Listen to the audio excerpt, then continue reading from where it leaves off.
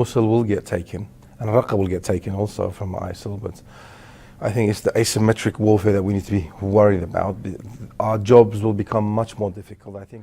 دەتوانم بڵم کە مووسڵ ئازاد دەکرێتەوە دووبارە ڕەقەش ئازاد دەکرێتەوە لە دەستی داعش. ئەم ئەرکەش تا ڕادێک سەختە و ئەرگەکانی ئێمەش بۆ ئەم کارە سەخت دەبێت. بە بڕوای من پێویستە سوپا پشوویەک وەرگرێت و ئەم کارش دەبێت ئەرکی هێزە ئەمنیەکان. For military or Iraqi military to control,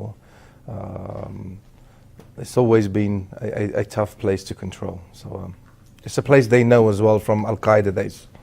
So this is mountains near the desert, or this is Hamrin Mountains between Kirkuk and ئەو ناوچەیە ئەستەم دەبێت بۆ سوپای عێراق کە بیگرێتەوە.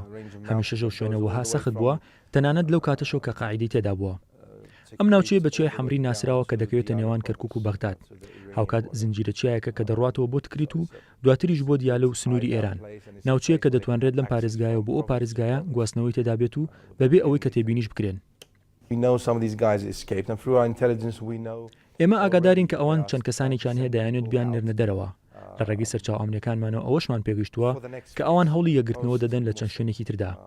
ئەستەمە کە ڕێگری لەم کارە بکرێت ئەویش لەبەرەوەی کە ئەستەمە کۆنتڕۆڵی سنووری نێوان عێراق و سووریا بکرێت. So it's difficult to say because the border still there's no border between Iraq and Syria. So one day پێویستە هەوڵ بدەین کە ئەم شانە نووسوانە لەناوبەرین لەو هەرێمەدا. هێرشەکان بە هاوکاری هەموو لایەنەکان دەبێت و لەسەر ئاستی جیهانیش دەبینرێت کە فشارێکی زۆر هەیە.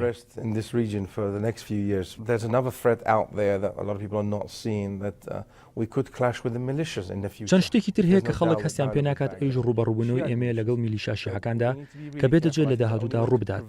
پێویستە ئێمە زۆر وریابین لەسەر ئەم بابەتە و پێویستیشە کە بەغدا و هەولێر لە ڕێگەی دایالۆگە و ئەم کێشانە چارەسەر بکەن. ئێمە لە زۆرینەی شوێنەکانەوە میلیشاکان دەبینین بە تایبەتی لە کەرکووک و شوێنەکانی تر کە بە ئاسانی دەبینرێن. پێم وایە ئەگەر بەغداد چارەسەری ئەم کێشەیە نەکات پێدەچێت لە داهاتوودا کۆنتڕۆڵی زیاتریان بێت بۆیە من گرنگی زۆر بەم بابەتە دەدەم. disengagement from Baghdad and no dialogue, I believe, they're much more difficult to control. They're not like regular Iraqi army that the government can keep control of them. So I'm worried that we could clash.